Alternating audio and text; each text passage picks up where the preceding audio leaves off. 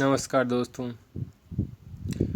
आपका हमारी इस क्लास में अब स्वागत है। हम इस समय जो आदिकाल का जैन साहित्य है उसकी सीरीज में उन कवियों को पढ़ रहे हैं। हमने स्वयंभू, पुष्पदंत, मुनि राम सिंह, जोइंदू को पढ़ चुके हैं। उसी क्रम में आज हम पढ़ेंगे आचार्य हेमचंद्र। आज हम शुरू कर रहे हैं आचार्य हेमचंद्र को। इनका जन्म है वो 1088 ईस्वी और अगर संवत मिले तो 1145। ये आपको ध्यान रखना है। बचपन का नाम है वो चंगदेव है। क्या नाम है? चंगदेव। ये ध्यान रखना है। रचनाएं कौन कौन सी हैं ये देख लो आप। पहली रचना देखो, सिद्ध हेमचंद्र शब्दानुशासन, काफ़ी इम्पोर्टेंट है। दूसरी है कुमारपाल चरित।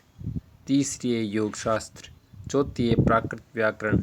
पांचवें छंदोनुशासन और छठी है देसी नाम माला। सबसे पहले सिद्ध हेमचंद्र शब्दानुशासन के बारे में जानेंगे कि एक तो अपभ्रंश का व्याकरण ग्रंथ है। दूसरा, नोट लगाकर मैंने जो लिखा है वो ये है कि आप कंफ्यूज ना हो। किशोरी दास वाजपेयी है, इनकी भी एक रचना है हिंदी शब्दानुशासन। तो आप बिल्कुल इनमें भेद का पता रखें, कंफ्यूज नहीं होना है। दूसरी है कुमारपाल चरित। ये कुमारपाल, ये मैंने क्यों लिखा है नीचे नोट, क्योंकि एक सोमपद सूरी की रचना है, उसका नाम कुमारपाल प्रतिबोध है, इसलिए आप कंफ्यूज नहीं होना है। कुमारपाल चरित है वो आचार्य हेमचंद्र की है। तीसरी है प्राकृत व्याकरण। इस रचना में अपभ्रंश के ग्राम्य रूपों का विस्तार से वर्णन मिलता है। चौथी रचना है देसी नाम माला कोश। इसमें 18 बोलियों का उल्लेख है। वेरी इंपॉर्टेंट है, ध्यान रखना। पूछ सकते हैं कि आचार्य हेमचंद्र की कौन सी रचना जिसमें 18 बोलियों का उल्लेख मिलता है। देसी नाम माला कोश प्रसिद्ध पंक्ति है इनकी, बहुत बार प्रश्नों एग्जाम में पूछी जाती है। भला हुआ जो मरिया बहनी हमारा कंतु, कि हे बेन, ये तो अच्छा हुआ कि हमारा पति इस युद्ध में मारा गया। अगर वो भाग कर आ जाता तो मैं अपनी सहेलियों को क्या कहती। इसलिए युद्ध भूमि में मारा गया, ये बात तो अच्छी हुई। तो ये पंक्ति अगर देखकर पूछे कि ये किसकी है तो आपको ऑप्शन में अगर हेमचंद्र है तो आपको हेमचंद्र ही करना है। अगर हेमचंद्र नहीं हो तो दूसरा ऑप्शन मूंज कवि मान सकते हैं। कौन सा? मूंज कवि।